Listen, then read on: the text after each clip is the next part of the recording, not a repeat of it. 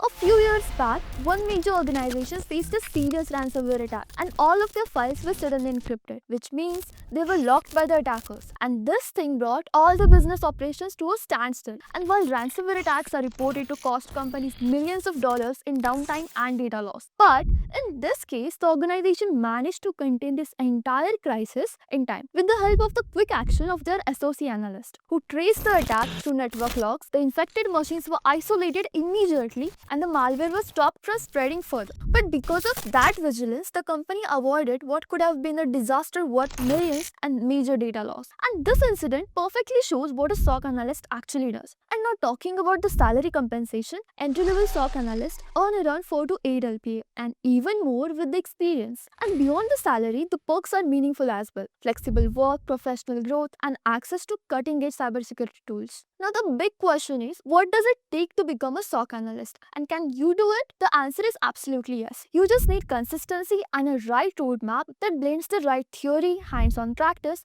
and strategic learning. And that's exactly what we will explore in the next few minutes. I will take you through a 7-step SOC analyst roadmap showing you not just the theory but the smart strategies, practical tips, and certifications that will give you the real edge in this career. So if you have searched for clear SOC analyst roadmap or how to become a SOC analyst, this video is exactly for you. Now moving to the step 1, let's first understand what SOC or SOC is, what a SOC analyst does, its structure, and the roles hierarchy. So firstly, what is SOC or SOC? So SOC stands for Security Operations Center. This is where all the actions are performed. And to put it simply, picture a room full of screens, dashboards, flashing alerts where security analysts are constantly monitoring the flow of data through an organization. And every second counts because one overlooked threat can be the difference between a contained threat or a full-blown breach. SOC analysts track logs, alerts, and events from SIEM tools, filter out false positives, and escalate when real threats are realized. They investigate the incidents, analyze impact, detect intrusion patterns, document it clearly by collaborating with the IT, forensics, and the threat intelligence teams to create new detection rules and playbooks to strengthen the defenses based on the previous reports.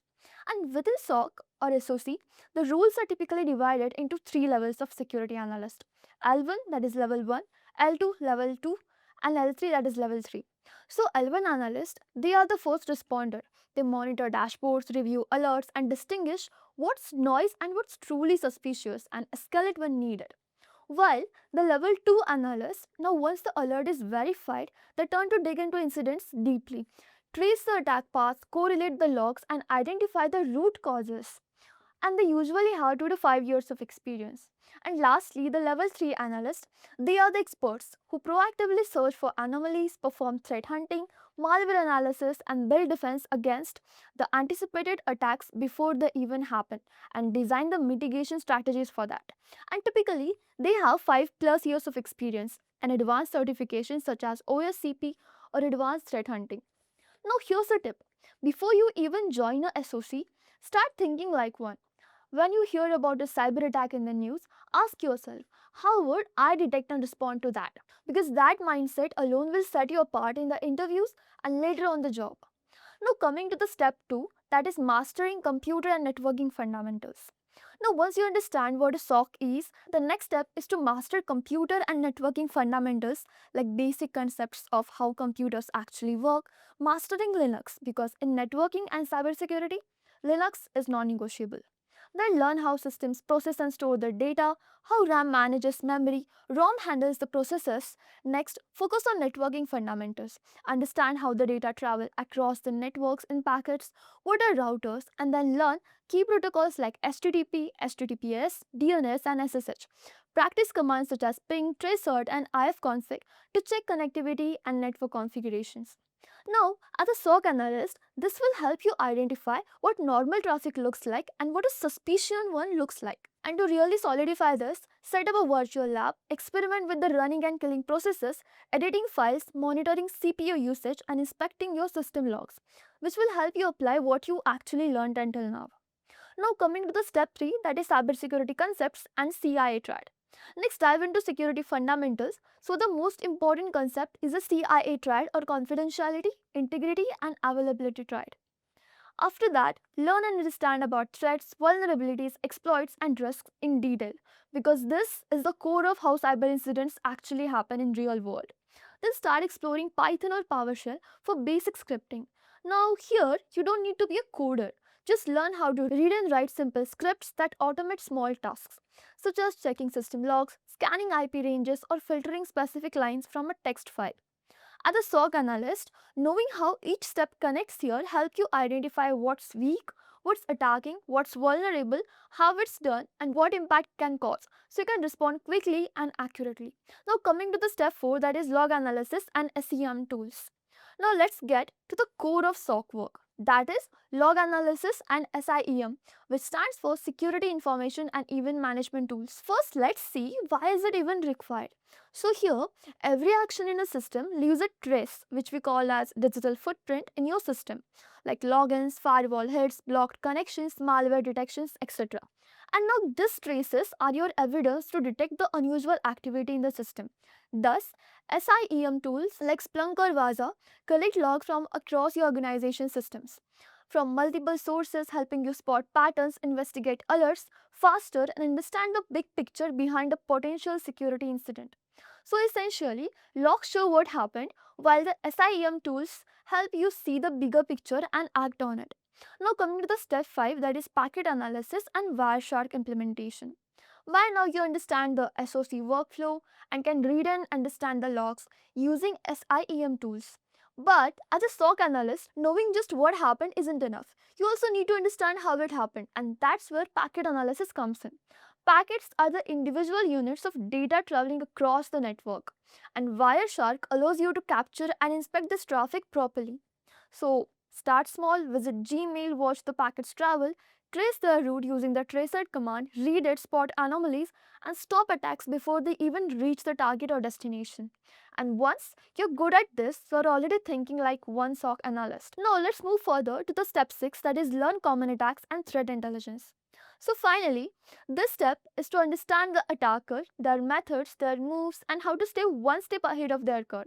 For that, learn and simulate the common attacks including phishing, brute force attempts, ransomware, and malware. After that, threat intelligence. This is also the most important. Now, this is another most important skill for an SOC analyst. Threat intelligence takes this further. It's the process of investigating suspicious IPs, URLs, and file hashes to see if they have been reported elsewhere. And for this, you can use the tools like VirusTotal, IP Void, and Cisco Talos. That gives you historical and reputation based context about the files. And mastering attacks and threat intelligence ties together everything that you learned until now and prepares you so you can anticipate, analyze, and protect the digital systems. Now that you know the theory, it's time for the real practice. These projects will help you apply what you have learned and build skills that employers actually look for. So here are the 3 beginner-friendly projects to get you started. So first one is building your own mini SOC environment using Vaza, which is a free SIEM tool to collect the logs from your system with a simple automated alerts using any automation tool like Shuffle. This will help you understand how SOC analysts monitor, detect, and respond to threats in the real time and in the real environment. Next, try simulating and detecting attacks using Windows event logs and Atomic Red Team. Here, you can safely simulate common attacks like failed logins, privilege escalation, and then analyze your logs in the SIEM to see how those attackers show up and how you can detect them. And finally, investigate network traffic using Security Onion and PCAP files. You can explore captured network data, trace suspicious IPs, and identify unusual traffic, which will help you learn how to spot and investigate network-based attacks. By completing these projects, you will understand how SOC environments actually function and gain solid hands-on experience. And once you have built these projects, let's talk about what actually validates your skills. I mean, certifications. They show your employees that you know your stuff. So, for that, you can start with the Security Plus or SE 900 for your foundations, then move up to CISA Plus or CEH certifications as you gain the hands-on experience, and eventually move to the advanced certifications like GCIH, GCIA, or OSCP, which will help you step into the threat hunting and leadership roles. After that, practice on platforms like TryHackMe, Blue Team Labs Online, Cyber Defenders, and Let's Defend, which offer real SOC challenges that test your detection, response, and analysis skills. Here, every scenario that you solve builds your confidence as well as your credibility. And a great SOC analyst doesn't just find threats, they clearly explain what happened, how it was handled, and what can be improved. Thus, good reporting not only helps your team but also strengthens the organization's defenses. And that was it for the 7-step SOC Analyst Roadmap. And lastly, remember, cybersecurity is all about practical hands-on experience. So don't just learn theory, set up your lab, simulate attacks, review logs, capture packets, and practice each skill hands-on. Thus, each step here counts. And if you want a roadmap, then comment SOC Analyst and I'll drop it in the comments. And that's all from my side. See you in the next video.